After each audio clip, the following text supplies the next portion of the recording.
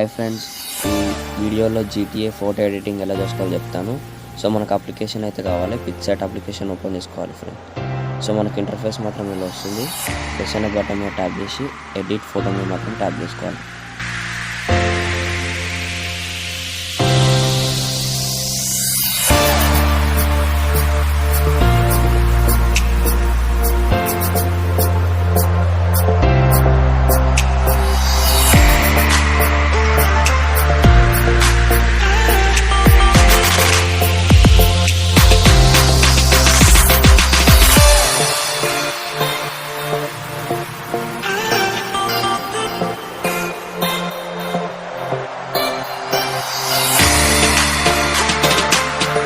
ఇమేజ్ని మాత్రం మనం PNGగా మాత్రం చేంజ్ చేసుకోవాలి.